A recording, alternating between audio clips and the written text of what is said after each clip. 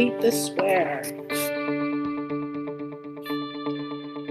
Okay, so here we need to have, number 1 says move the constant to the other side, which would be 3. I'm trying to isolate my x terms. 2x squared minus 10x equals 3. If the leading coefficient doesn't equal 1, factor out the a term. So this is the a term, and the coefficient is not 1, so I'm going to factor out the 2.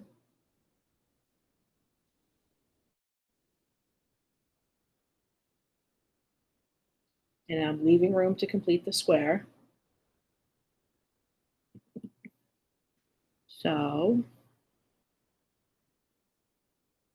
what we need to do then is make a quadratic a perfect trinomial by adding half of b and squaring it to both sides of the equation.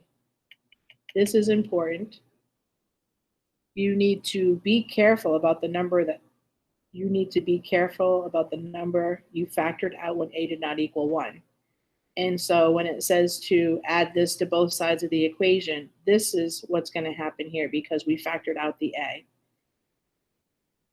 And so we see that half of the b term, so the b term is -5, we need to half it and square it.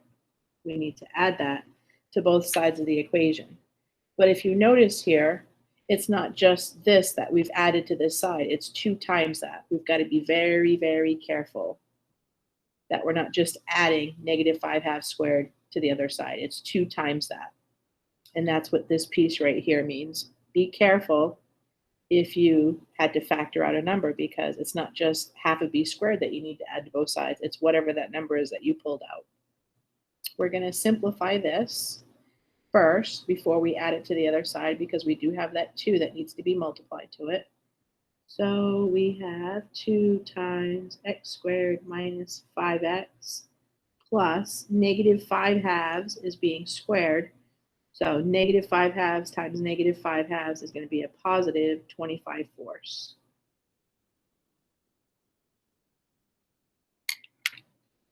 All right, now that I've simplified this, I'm ready to add it to the other side. What exactly am I? It's unbalanced right now. We have to balance the equation. And so I did add half of b squared to the left side, which is being multiplied by 2. So I need to add -5/2 squared that's multiplied to this 2. So let's simplify this piece here. 2 times 25/4, cross cancel, and we have 25/2. That's what we need to add to the other side. So plus 25/2.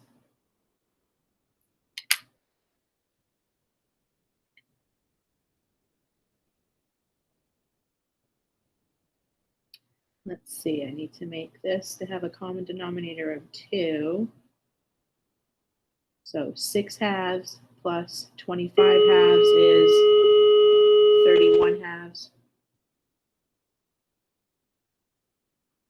And now we're going to factor. So -2.5 plus -2.5 is 5, and then -5/2 times -5/2 is 25/4.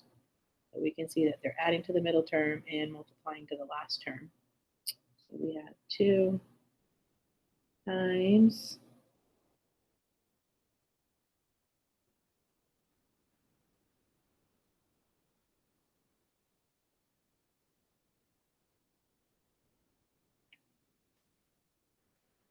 all right. Now, if I wanted to see the vertex of this, then I would just shift this constant term over to the left, and it would be in vertex form.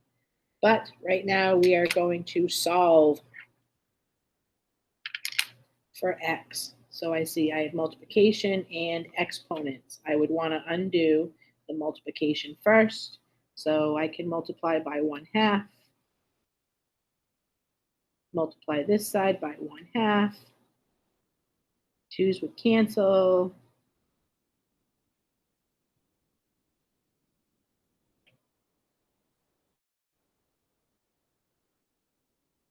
and do the square by square rooting both sides, plus or minus.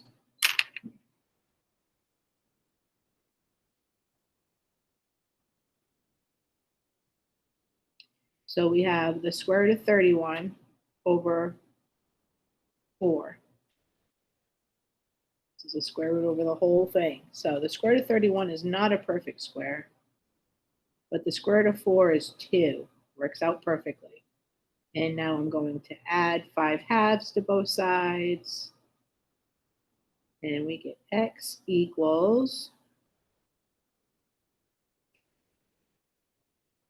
5/2 plus or minus the square root of 31 over 2. And if I wanted to clean that up a little bit, then I could just put them over their common denominator, which they already have. X equals 5 plus or minus the square root of 31 all over 2. Example 6, complete the square to describe the graph of f of x equals 3x squared plus 12x plus 11. Support your answer graphically. All right. So we are going to complete the square by starting to move the constant to the other side of the equation. Negative 11. I'm going to factor out the 3.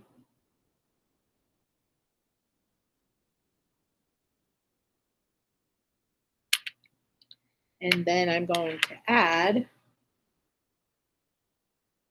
half of 4, the b term, and square it before I add it to the other side. Because I have this 3 here, I'm going to simplify a little bit. So we have 3 times x squared plus 4x plus 4 divided by 2 is 2, and squared is 4. And so I need to balance this by adding 3 times 4 to the other side. So this simplified down to a nice whole number. And because this is being multiplied out front, we need to make sure that we multiply it to it and add it to both sides. So 3 times 4 is 12. I've added 12 to this side, and now I'm going to add 12 to the other side. All right, I'm going to factor.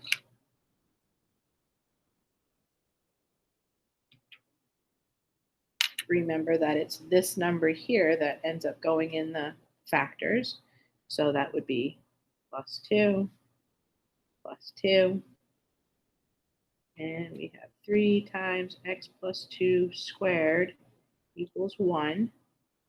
And I would like to see the vertex here. So 3 times x plus 2 squared minus 1 equals 0. The vertex would be at -2, -1.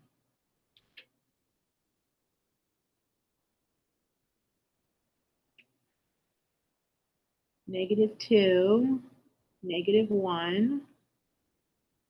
Remember that the AOS, the axis of symmetry, goes right down through the vertex.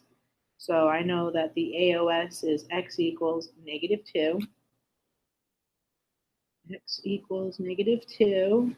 And my vertex is -2, -1. The parabola has a positive a term, so I know that it's facing upwards.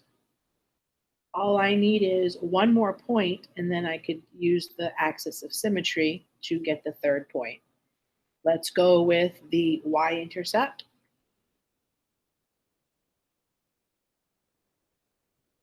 The y-intercept is going to be at 11. When I let x equal 0, this term will be 0, this will be 0, leaving the 11. So we get 0, 11 for the y-intercept. And so we'll say that this is 11.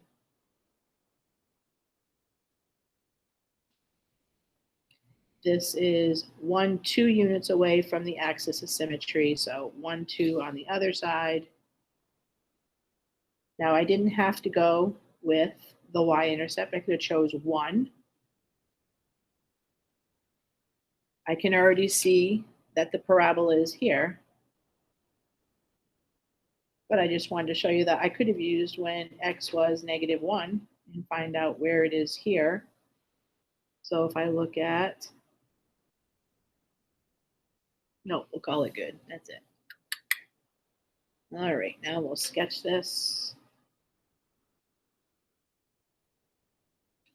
All right, complete the square. That's what we did. We sketched our graph.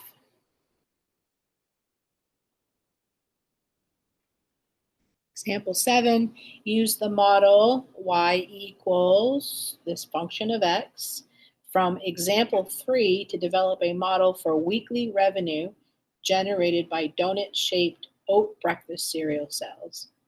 Determine the maximum revenue and how to achieve it.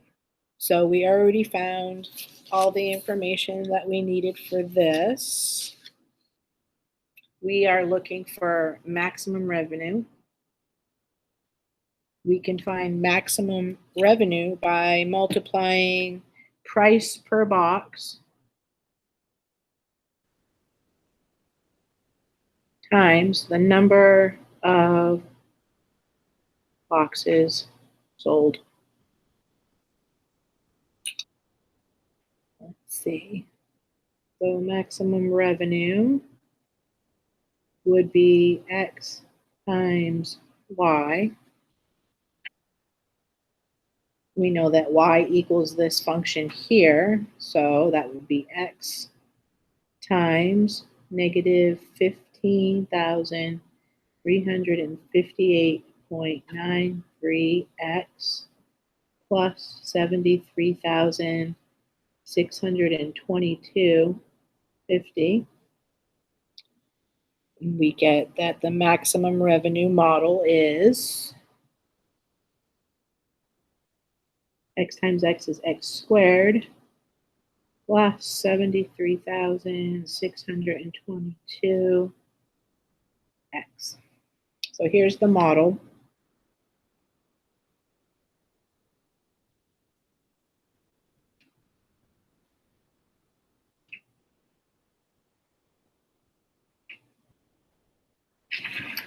I am going to graph this. Let's see, scat plot. I'm going to shut this off.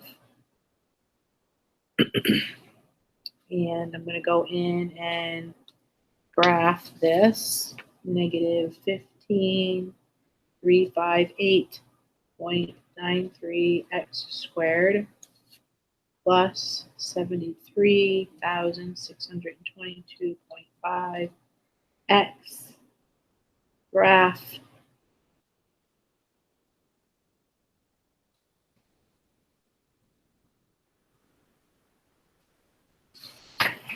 All right, so that looks pretty good. We're looking for the maximum here. I just used zoom and I chose zoom fit 0. Zoom fit worked pretty good. Now I can adjust my window just a little bit. I'd like to see this maximum up here. So that would be my Y max. And let's see, the Y max could go up to 90,000. And let's go by 100. Let's see what that does to our graph.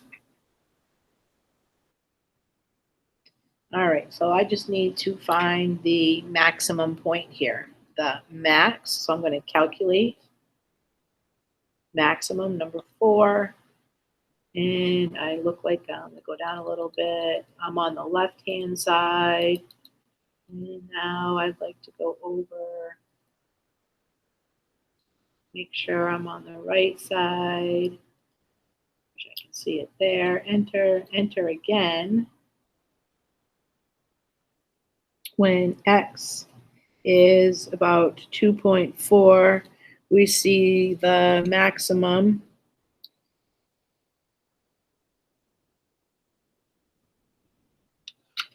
is 88,227.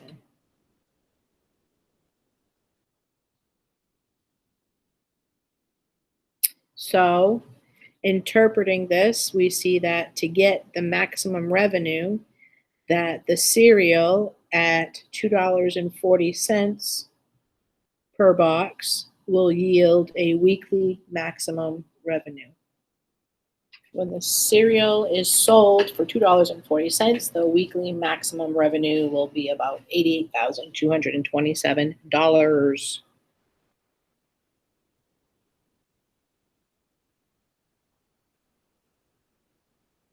All right, so next we have some information that I find to be interesting about Galileo Galilei and Isaac Newton.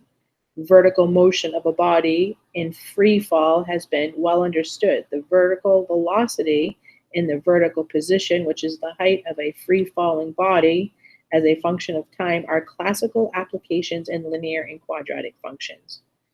So the free fall motion, this is the equation here. We have that this is the height, S of t, and we see that v of t is the vertical velocity, where t is time in seconds, and g, the gravity, is approximately 32 feet per second, or 9.8 meters per second squared, is the acceleration due to gravity. Gravity is pulling on it, it's accelerating, and v of 0 is the initial velocity of the object, and s of 0 is the initial height. V of 0, initial velocity, and s of 0 is the initial height. Example 8.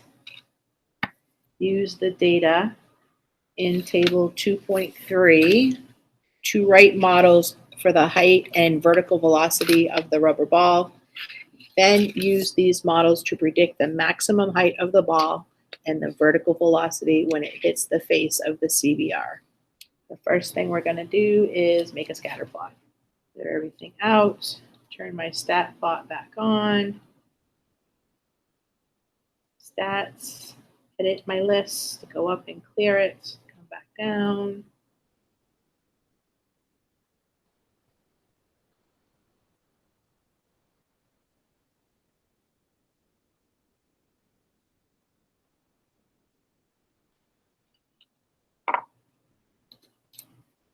All right, based on our quadratic model, we have ax squared plus bx plus c. We have our a, b, and c. We have r squared is 0.999. And if I was to take the square root of that, I would see that it is a very good fit. We are close to 1. So we have our position as s of t equals negative 4.67. So used to putting x's, t squared plus 3.78t plus 1.045. So we have our model, and we can tell that we have an excellent fit here with our correlation coefficients. All right, G is approximately 9.8 meters per second squared. So if we look at our leading coefficient, we see that the leading coefficient of negative 4.676 is about half of this. So negative 4.676 equals about half of the accelerated due to gravity. So if I solve for G here,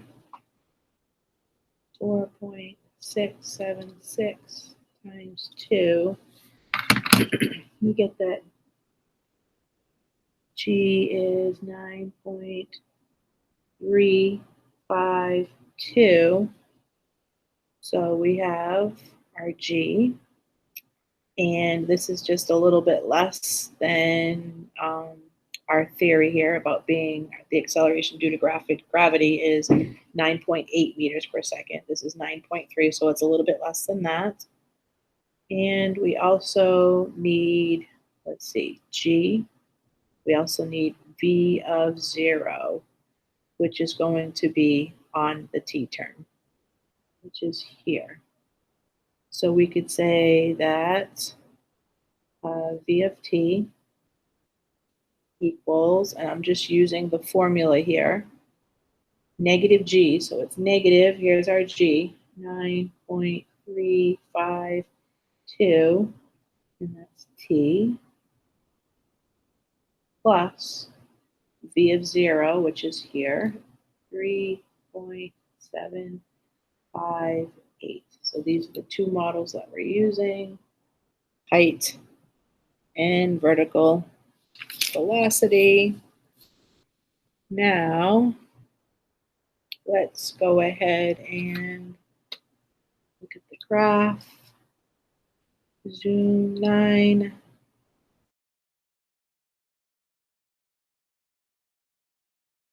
There we have our scatter plot.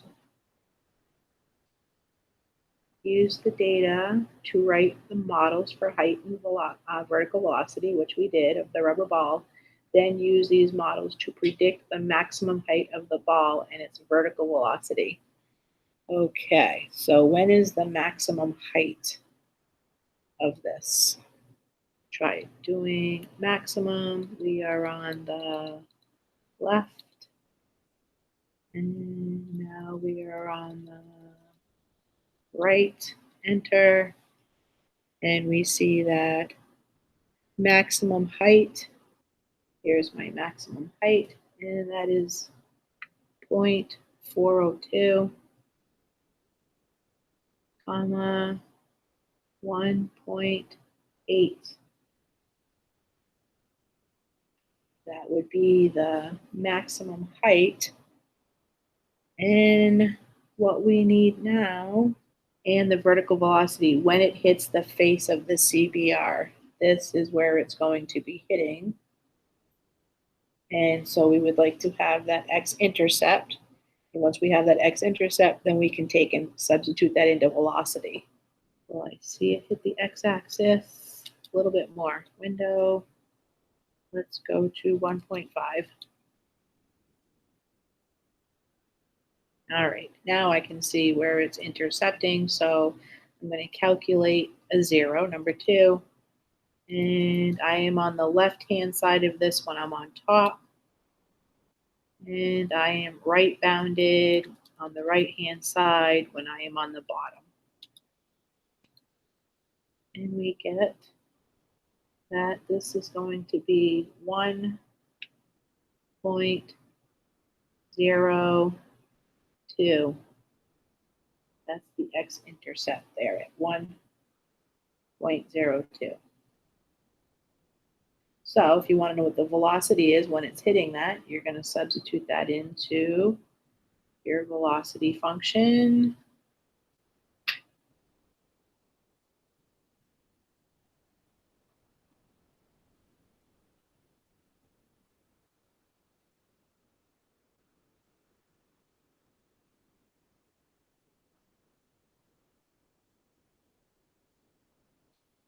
And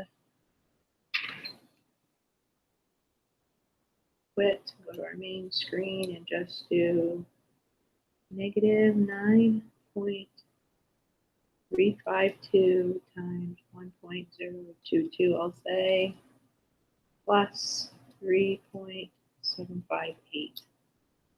And we get negative 5.8 meters per second.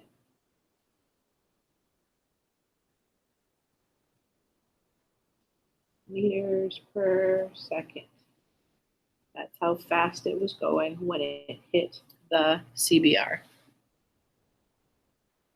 Therefore, the maximum height of the ball is 1.8 meters, and the ball has a downward rate of 5.8 meters per second. When I say downward, that's because of the negative, right? So I don't need to put negative 5.8. I've already talked about the downward rate of 5.8 meters per second. That is it.